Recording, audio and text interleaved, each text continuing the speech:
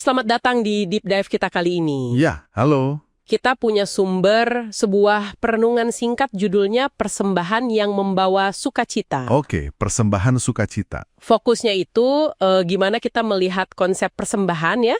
Dasarnya dari kitab Imam Matano, pasal 23 ayat 34. Oh, yang soal Hari Raya Pondok Daun itu ya? Betul. Perayaan panen kuno itu yang memang fokusnya ke ucapan syukur. Dan mengingat pemeliharaan Tuhan, kan? Iya, mengingat pemeliharaan Tuhan di masa lampau. Nah, jadi misi kita di sini tuh mau bongkar satu gagasan yang cukup radikal sih dari teks ini. Apa tuh? Bahwa sukacita itu sendiri, perasaan gembira, syukur Anda itu bisa jadi bentuk persembahan. Wah, menarik. Sukacita sebagai persembahan. Iya kan? Oke, coba kita bedah ya. Sumber ini langsung nunjukin kontras yang menarik banget. Kontras antara apa? Dengan perayaan penuh sukacita yang justru diperintahkan Tuhan setelahnya, pas Hari Raya Pondok Daun itu. Betul-betul. Dan yang menarik di sini, sumber ini menekankan adanya pergeseran fokus. Pergeseran fokus gimana maksudnya? Ya, biasanya kalau kita ngomong persembahan, mikirnya langsung ke arah pertobatan mungkin ya.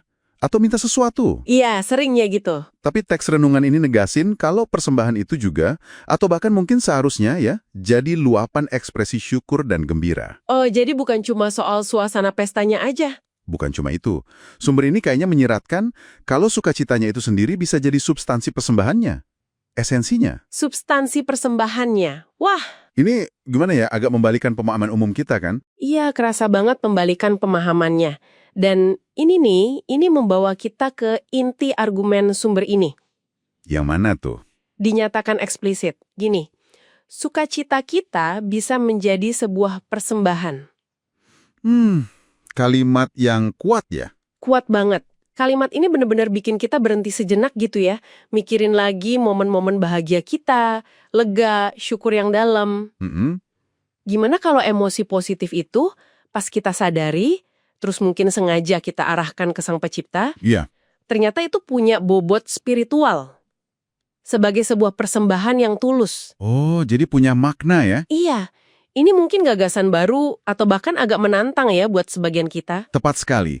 Jadi bukan lagi cuma soal bawa hasil bumi misalnya, secara fisik. Bukan itu aja, Tapi bawa kondisi hati yang penuh syukur itu sebagai persembahan. kondisi hati ya. Sumber ini kayaknya bilang setelah pendamaian, yang membersihkan halangan itu, ya respons yang paling pas ya sukacita murni. Sukacita yang tanpa beban gitu ya. Iya, yang kemudian dipersembahkan lagi sebagai pengakuan atas kebaikan ilahi.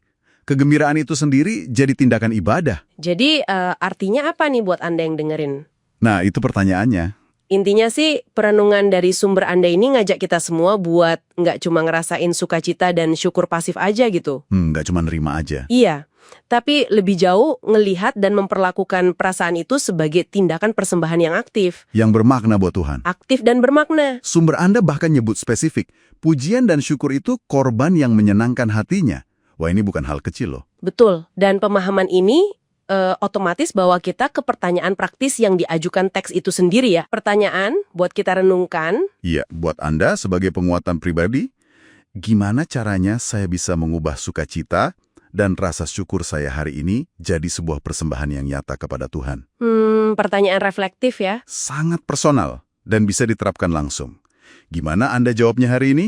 Nah, sebagai pemikiran penutup nih, buat Anda bawa pulang, direnungkan lebih dalam lagi. Oke, Kalau kita tarik sedikit lebih luas ya, keluar dari konteks spesifik keyakinan ini. gimana tuh? Gimana kalau kita ngelihat tindakan menyebarkan sukacita itu sendiri, seperti yang mungkin diisyaratkan di akhir sumber Anda ya, ada kata-kata pengutusan gitu. Oke, menyebarkan sukacita. Itu sebagai bentuk persembahan juga, atau kontribusi positif kita ke dunia sekitar.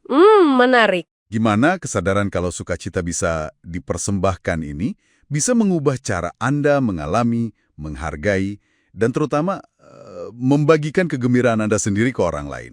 Sebuah pertanyaan penting untuk kita renungkan masing-masing ya. Sampai jumpa di Deep Dive kita berikutnya.